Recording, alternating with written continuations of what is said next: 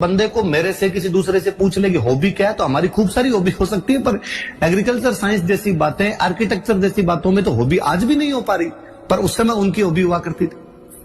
प्रताप मुझे इसलिए और लगते हैं कि वो राष्ट्र पुरुष है हमारे, जैसा कि अभी बाबू साहब ने कहा कि वो युग पुरुष है, राष्ट्र पुरुष है, कि यदि प्रताप भारत के अलावा और किसी देश के अंदर होते, वो निश्चित रूप से उस देश के राष्ट्रपिता घोषित किए जाते, कि उस व्यक्ति का जो व्यक्तित्व है वो हमें खूब सारी बातें सिखाता है।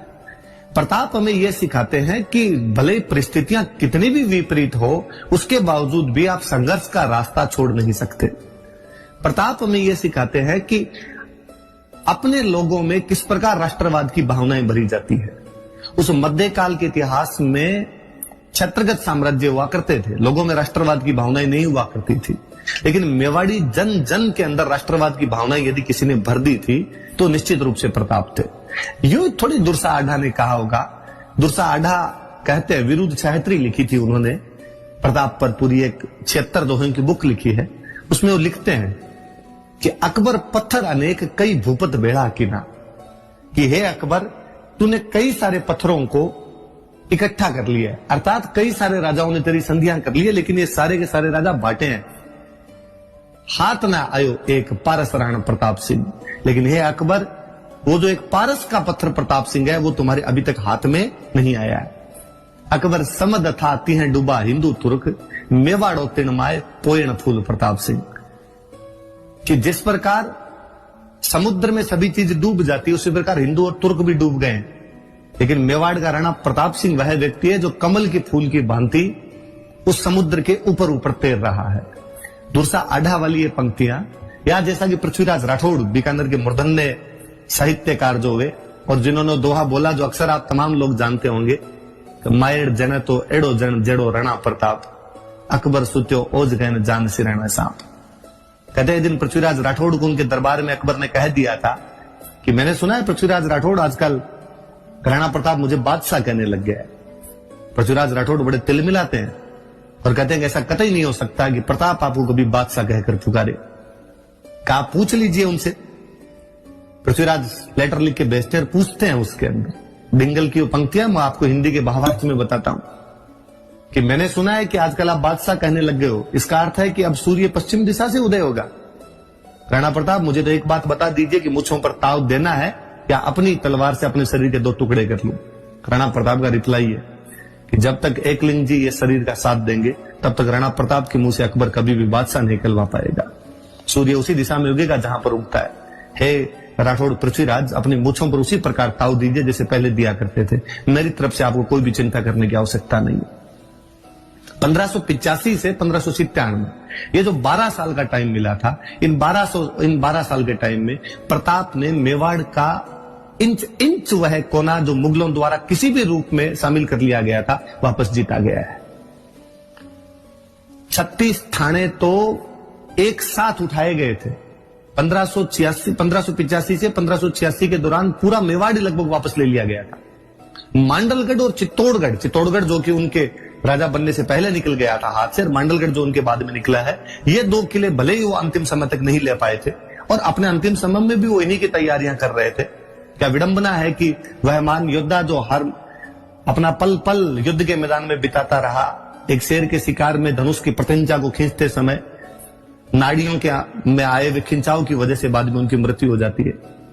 कहते हैं कि उनकी मृत्यु के टाइम में उनके श्वास नहीं निकल पा रहे थे, तो किसी ने कहा कि भाई आपके श्वास क्यों नहीं निकल पा रहे, क्या दिक्कत है, क्या चिंता है आपको?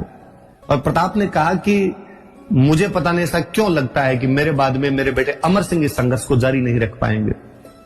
सलुम्बर के सामंत ने अमर सिंह का हाथ लेकर राणा प्रताप के हाथ में देते हुए कहा कि आप चिंता मत कीजिए, हम बाबा रावल की सौगंध खाकर कहते हैं कि उसी प्रकार अमर सिंह के साथ लड़ेंगे जिस प्रकार आपके साथ लड़े थे। अमर सिंह अपने जीवन में 17 युद्ध लड़ते हैं, 17 में मुगलों को हराते हैं।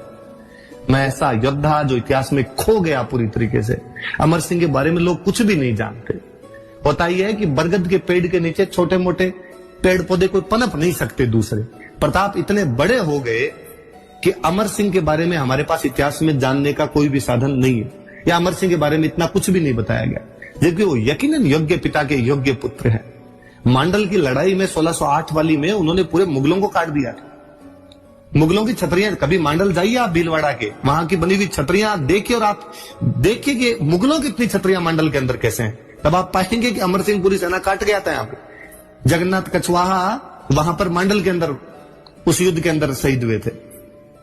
मांडल का एक और युद्ध है 1583 वाला, जो मांडल का जो वो मुझे और याद आता है। इसमें राणा प्रताप मुगलों को हराते हैं। इसमें 2 व्यक्ति वीर गति को प्राप्त होते हैं, नाथा कछवाहा और खंगार कछवाहा, जिनके नाम पर बाद में कछवाहों की 2 ब्रांचेज चली है। तो मांडल के अंदर प्रताप और अमर सिंह दोनों ने जीतें दर्ज की थी। हम तो कुंभलगढ़ के उस दूसरे युद्ध के बारे में भी नहीं जानते जिसमें प्रताप पुनः विजयी रहते हैं। हम कहां जानते हैं कि ताराचंद जब मालवा की तरफ गए हुए थे भामाशाह के भाई, और जब वहां से वापस लौट रहे थे शाहबाज खान ने उनको घेर लिया था। उस युद्ध के अंदर वो घायल हो गए थे। राणा प्रताप को इतना गुस्सा आता कि मालवा पर अटैक करते हैं और मंदसौर से मुगलों का पूरा टैक्स लेके आते हैं। हम तो इस बात को भी कहां जानते हैं कि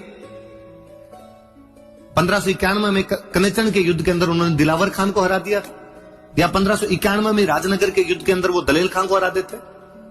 हल्दीघाटी युद्ध के ठीक बाद 1577 में मोही पर जब कब्जा किया तो मुजाहिद बेग को यहीं पर मार दिया गया था। जून के अंदर हल्दीघाटी और अगस्त 1576 में अजमेर, गोडवाड़, उदयपुर पर आक्रमण कर लेते हैं। सितंबर में गोगुंदा पर पुनः कब्जा कर लिया गया। कितनी सारी बातें, अनछुए पहलू है। प्रताप पर इतने रिसर्च की आवश्यकता है कि जब प्रताप पर ढंग से रिसर्च किया जाएगा तब केवल प्रताप नहीं, केवल मेवाड़ नहीं, राजस्थान का इतिहास बाहर निकल के आएगा। मुझे बड़ा अचंभा हुआ, मैं 3 दिन पहले पढ़ रहा था कि सर टॉमस रो, जो कि अंग्रेजों का एक राजदूत है, वो जहांगीर के दरबार के अंदर है, वो अमर सिंह के बारे में लिखता है। तो लिखता है कि अमर सिंह राजा पोरस के वंशज है।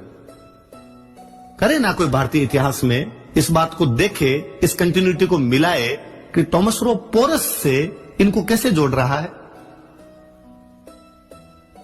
और इतिहासकारों के तमाम षड्यंत्र एक अलग पक्ष के अंदर रहे। मैं अपनी एक बात से इसको विराम दूंगा। भारत का बच्चा बच्चा जानता है कि डायर ने जलियांवाला कांड में गोली चला दी थी। जानते हैं आप जलियांवाला कांड में कितने लोग शहीद हुए थे? ऑफिशियल आंकड़े कहते हैं 379, पर हम कहते हैं चूंकि अंग्रेजों की सरकार थी आंकड़े छुपा लिए उन्होंने, तो हमारी तरफ के आंकड़े 1000 कि जलियांवाला बाग में 1000 लोग शहीद हुए थे। ऑफिशियल आंकड़े 379 लोगों के। किसने गोलियां चलाई? डायर ने। हर आदमी जानता है। उस डायर को हम भर भर के कोसते हैं, गालियां निकालते हैं। इतिहासकार चीजों को कैसे छुपाते होंगे कि 1568 में अकबर ने 30,000 कटवा दिए थे। आज दिन तक कोई किसी हत्यारे की तुलना अकबर से नहीं करता। हर हत्यारे की तुलना डायर से कर ली जाती है। चीजों को कहां उभारना होता है और कहां बिठाना होता है, ये वो है। और उसमें अंग्रेजों ने तो फिर भी उसके बाद पता नहीं कितनी माफिया मांग ली जलियांवाला कांड के लिए। अकबर ने अपनी किताब में गर्व सहित लिखवाया है कि लिखा जाए 30,000 काटे हैं, काफिरों को मारा है हमने। पर कोई उठा दे अंगुली, क्योंकि धर्मनिरपेक्षता की चाशनी इस प्रकार से मढ़ दी गई कि हम बाहर ही नहीं आना चाहते हैं उससे। हम इतिहास को सही दृष्टि से, शोधपूर्ण दृष्टि से देखना ही नहीं चाहते हैं, क्योंकि फिर वो जो 70 साल का पिछला जो माया जाल बनाया होता है उसका तिलिस्म टूटता है, वो सारी बातें टूटती है। ऐसा क्या हुआ होगा कि जेम्स टोड को यह कहना पड़ा कि राजस्थान में तो, हमारे यूरोप में तो एक थर्मोपोली वीर, एक ल्यूनिडास हुआ, राजस्थान के गांव गांव के अंदर थर्मोपोलियां और घर घर में ल्यूनिडास, कि उसे अपने सबसे महानतम युद्ध को और राजस्थान से जोड़ना पड़ गया, हल्दीघाटी से जोड़ना पड़ा। थर्मोपोली उनका महानतम युद्ध है। अपना कोई कवि जेम्स टोड की उस बात को राजस्थानी में अनुवाद करके कहता है, कितना अच्छा कहता है कि दोहरा घाटिया ताल रो आंटी लो इतिहास, गांव गांव थर्मोपोलिन घर घर ल्यूनिडास।